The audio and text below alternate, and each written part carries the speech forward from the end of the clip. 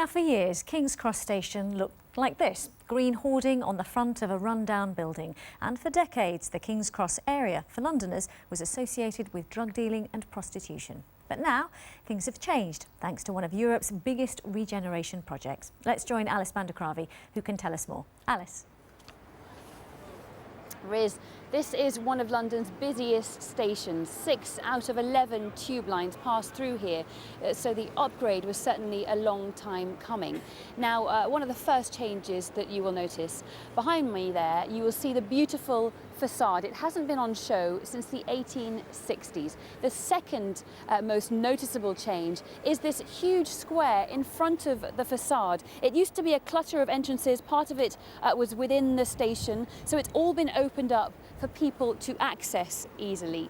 The new look station was officially opened this morning by the Transport Secretary and Boris Johnson doing the honours. 3, 2, 1. It opened to fanfare and applause this morning, but of course this station never actually closed. As regular passengers will know, building work has been taking place all around them for years, creating what the mayor described as a higgledy-piggledy chaos. Today, though, he went so far as to call it a masterpiece of modern design.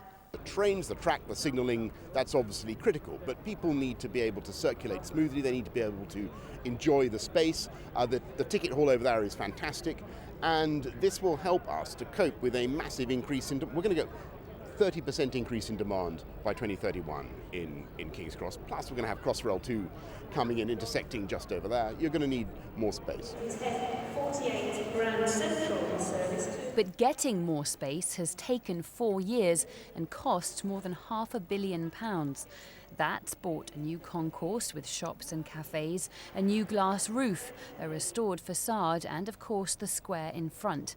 As infrastructure programmes go, it's up there with the biggest in Europe. But will passengers facing high fares really care? Is the cost of a restoration like this going to be borne by passengers ultimately, and should it be? Well, ultimately the investment in rail is about creating more capacity. This sort of station was £550 million, and we really focus on delivering absolute value for money. And that then creates the capacity to have more trains in the station, and people then have better services in the future. I haven't been to this area for a long time, and I think the whole area is stunning. Feels nice, a place to sit when you can wait for your friends, family, whoever. So yeah, it's nice, the whole feels nice. Really impressive, and it just shows how a gloomy area can be transformed and have some life brought back into it.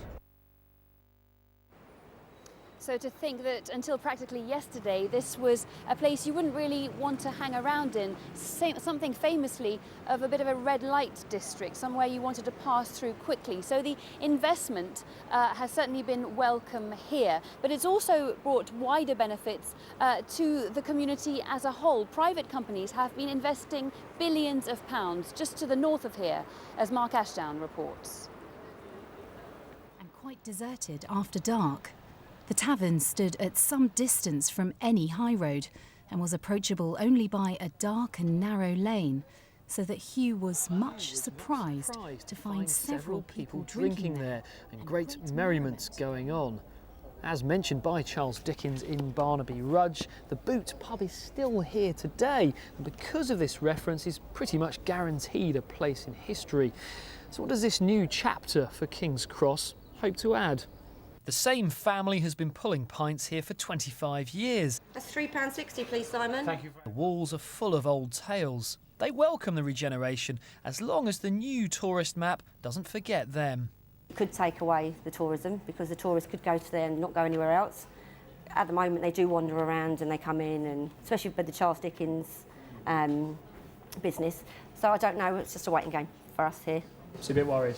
Yeah, a little bit concerned. Things have already improved dramatically. King's Cross was once a byword for drugs and prostitution, the streets full of crime and violence. Then there was the fire in the underground in 1987. 31 people perished. The area now has lots of secret gardens and family spaces, plenty to be proud of if you know where to look. The key is to build on that. I think there is still some apprehension locally about what it means for the area, but King's Cross has been evolving for so many years that it really does feel that it's actually part of a historic change. I think the challenge for Camden Council and other people is to make sure local people benefit from it.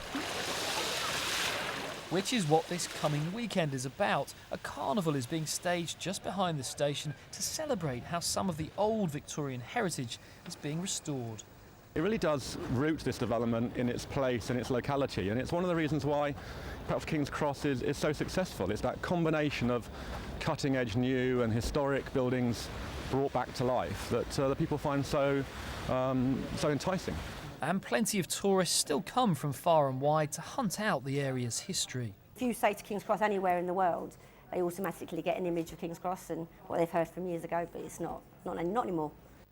This once notorious corner of London has turned a new page and now might just have a bright future. Mark Ashdown, BBC London News. So all sorts of changes happening here. Someone who knows the area very well is Alan Dean, social historian, of course. Now, first of all, Boris Johnson this morning called this a masterpiece of modern design. What do you make of it? Well, this is a really significant moment for the area. This building is 160 years old. It's actually a very modern looking building, and for the first time for so many years we can see the whole facade. It's very exciting to see this wonderful building, which in a way has been ignored a little bit for its younger sibling, which is the St Pancras with all the mock Gothic splendour. But in fact this building has an incredible charm in itself, and to be able to see it is fantastic. Of course, great for passengers, but what about the people who live here, the residents of King's Cross? Because they do live here in many, many thousands. Well, indeed, it's a very important point. In a way, the locals have been out of sight of the commuters for so many years. And those people who lived here were part of an incredible wave of people going back to the birth of industry in King's Cross. Way before these buildings, these big railway terminali were built, this area was a sleepy backwater. So an area that's seen a great deal of change, but significantly, there's a lot of people who do live in the area, and I would love to see that connection between this new metropolis that's being built in King's Cross and the locals. And we heard about the companies investing just to the north of here. Do you think that's going to change the character of this area? Is it a new type of company? King's Cross has always had industry. It was built on the railways, the canal, the gas industry. And in a way, what we're looking at in the 21st century is the new industry, the arts, the online, the design industries. These are new industries for a new era. Out goes the huff, the puff, the steam, and the physical manpower. Thousands of people working in these stations. Now it's a different era. New buildings, new ideas. On that note, Alan Dean, thank you very much. Thank you. We will hand back to you, Riz, in the studio. Alice, thanks very much indeed.